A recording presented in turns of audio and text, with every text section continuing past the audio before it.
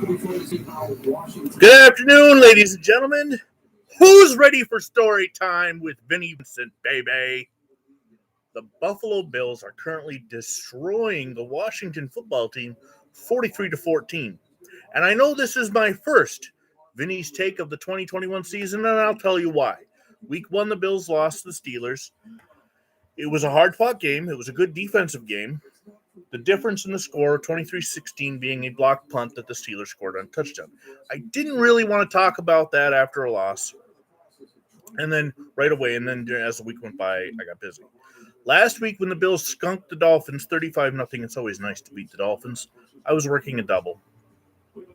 So I was at work and didn't get a chance to, of course, talk about it. But right now, with 9:13 left in the fourth, the Buffalo Bills are leading the Washington football team 43-14. And let's go over what has happened so far in the 2021 season, shall we? First of all, the Bills come into the season with great high expectations. And I have them going to the Super Bowl. I refuse to predict them winning it. But, one thing that really came out to me after week 1 was, I've said this before in Stack to the Future games. I've said this before in these takes. Nobody hates something more than fans of it, okay? So if you love a football team, a baseball team, a movie franchise, whenever something new happens, you hate it. You automatically hate it, and I don't understand that. It just seems to me that fans of Star Wars hate Star Wars more than anything. Marvel Universe fans hate the new Marvel stuff more than anything. And fans of a sports team, and the Buffalo Bills definitely showed that after week 1, they love complaining about it. I had one guy contact me on a post I made reminding everybody that it has happened like 12 times before where a team that went 0-1 has won the Super Bowl. And it's happened 4 times where a team that went 0-2 has won the Super Bowl. And I had a Bills fan, contact me saying that it was ridiculous, that this team isn't going anywhere, and they were way too hyped beforehand. I was just like, relax, it's week 1. Enjoy the season. Nobody begins the season after week 1 thinking, we're going to win the Super Bowl, and actually thinks that you hope it. You honestly hope it. Buffalo should have come in with high expectations. They made a trip to the AFC Championship last year. That doesn't always necessarily mean that the next step is the Super Bowl. I mean, if you look back at the last couple seasons of teams making a conference championship game and then being nowhere near the playoffs the next year, the Jacksonville Jaguars come to mind from the 2017 season. So for me to sit here and say that week 1 was a disappointment would be a lie, because it was. I thought they could beat Pittsburgh. I thought what's happening to Pittsburgh today against the Bengals, I thought was more likely to be going on week after week with the Steelers, where the Bengals currently lead 24-10. And I just figured that that was the way the Steelers season was going to go. And in week 1, they really came out and they played hard. They got everything ready for that game. And pretty sure the Bills players came out a little hyped up, overhyped, believing their own hype, drinking their own Kool-Aid, and it was a good, hard lesson to learn. But after that loss, there were still 16 games. And the good thing about a loss like that to Pittsburgh is that it happened early, and there's plenty of time for everybody else to drop a game and come back to them. Kansas City lost last week to Baltimore. Baltimore lost the week before. It's a thing where nobody's going undefeated. And if you're going to take a loss, it's going to be a learning experience. Learning experience. Now, some things about this game between the football team and the Bills. First of all, Washington needs to come up with a name. This is not European soccer. Get a name. The Washington Redskins are dead. They're not coming back. So for every Washington fan that wants to keep calling them the Skins of the Redskins, look, it's over. Just like the Cleveland Indians are becoming the Cleveland Crusaders next year, it's over. My money, the name I would go with would be the Washington Red Wolves, because it keeps in some of the history of the franchise. They get to keep the colors. And Wolves is just a really cool name that nobody in the NFL uses anything like it. The closest thing you have to a canine type thing is the Cleveland Browns having a mascot, a fan's mascot of people dressing up as dogs.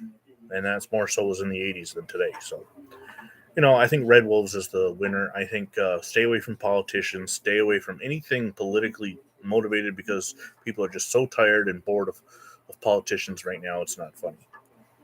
Tyler Heineke. He's a good young quarterback. Good young kid. He's got some learning to do. He's forcing passes, and he's no Josh Allen. But until Washington can find that franchise player, of course, the Reds could screw up, so they get the Bills to commit a penalty. We'll get to that in a second. Before the Redskins can find their Josh Allen, their Joe Theismann, they really haven't had a franchise quarterback, a long-term franchise quarterback since Joe Theismann. Really, 36 years now. I mean, they've had good guys come in and lead them. Doug Williams and Mark Rippon both won Super Bowls, but neither one you could call a franchise quarterback. They've drafted a couple that just I don't know, just weren't what you would call satisfying drafts. Like Heath Schuler, the football team has now got a first and goal. Heath Schuler and Gus Frerotte in the same year, and Frerotte ended up being the better NFL quarterback, but really he derailed himself by headbutting a wall. Terry McLaurin, they've got some good receivers. Terry McLaurin, number 17, he's going to make Tyler Heineke look good. Buffalo missing some tackles on that play. Well, what do we got left in the game? There's 7:13 left in the game. The Bills lead by 29. So, greatest comeback, fourth quarter comeback in NFL history is 28. So, I mean, the Bills have this game in hand to get the 2-1, and that's why I'm coming on early. And we're gonna stay live for a little bit and see how the game goes. Feel free to comment what your thoughts are about the season so far. How your team's doing.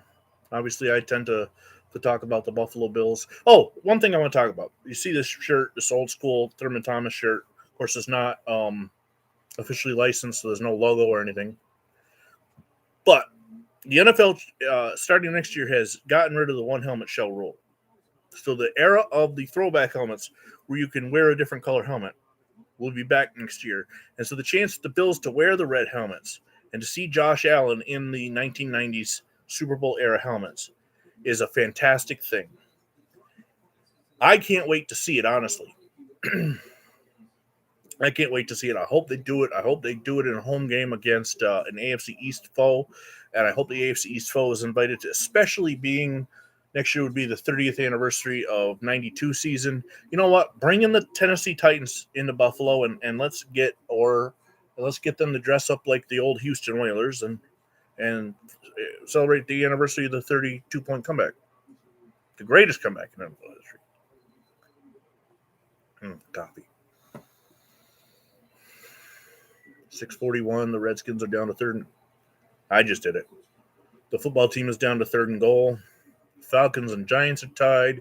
Ravens lead the Lions by 2, 16-14. Lions for an 0-2 team are not a pushover, that's for sure. Raiders play the Dolphins later. Broncos play the Jets. Go Broncos. Why not? Rams and Buccaneers. Go Rams.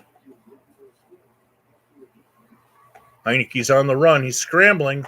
He's going to pass the line of scrimmage, and he's going to get hit at the 2 and out of bounds. It'll be fourth down. Taron Johnson just put the shoulder down, and Heineke went down like a sack of potatoes. Heineke is not the biggest overall. Hey, Google, how big is Tyler Heineke? Sorry, I don't have any information about that, but I found something related. Do you want to know what is Taylor Heineke's salary? No. First of all, does that even sound anything like Tyler Heineke? Taylor Heineke? I don't know if that's the same person or not. Anyway. Touchdown. Logan Thomas, who had a fumble earlier. He's able to come back and catch the pass on fourth and goal with 5:21 left, and the football team is going to get to 20 points.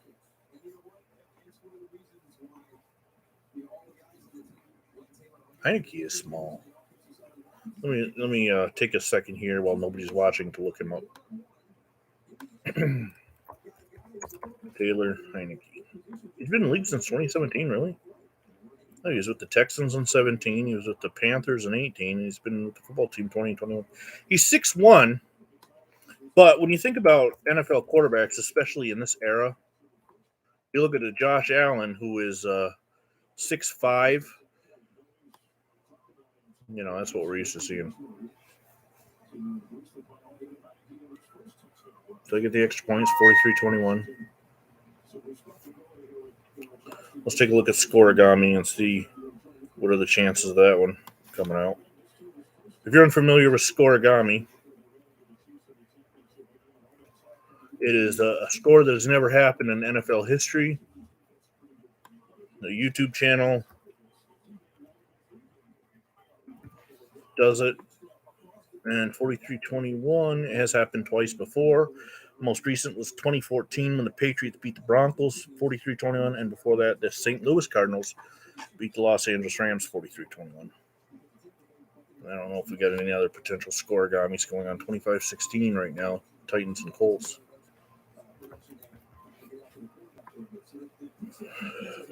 That's happened 5 times before. 14-14. 26-6, that must have happened. Yeah.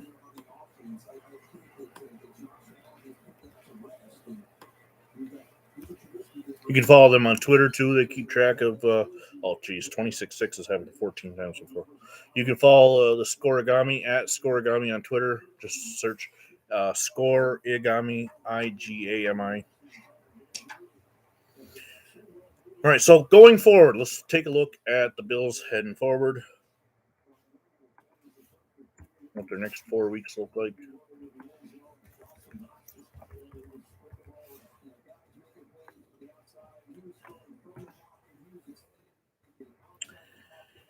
They're home for Houston on October 3rd. They're at Kansas City on October 10th. They're at Tennessee on October 18th. So if they can get to the Kansas City game at 3-1, if they can beat Houston next week, that'll set them up good just in case they do lose because they're on the road for both of them. Worst case scenario, they're 3-3 going into their bye week. But then they come out of their bye week and they have Miami, Jacksonville, Jets 3 weeks in a row. Then the Colts, the Saints, the Patriots on December 6th, the Buccaneers, the Panthers, the Patriots again, the Falcons, and the Jets. So really, the schedule looks decent for them. We'll see how it goes. Mitchell Trubisky's in the game, so that's my official calling card to tell you that I'm signing off. The Buffalo Bills are going to be 2-1 in another 4 minutes, 38 football seconds. And until then, we will talk to you all later. God bless America and go Bills.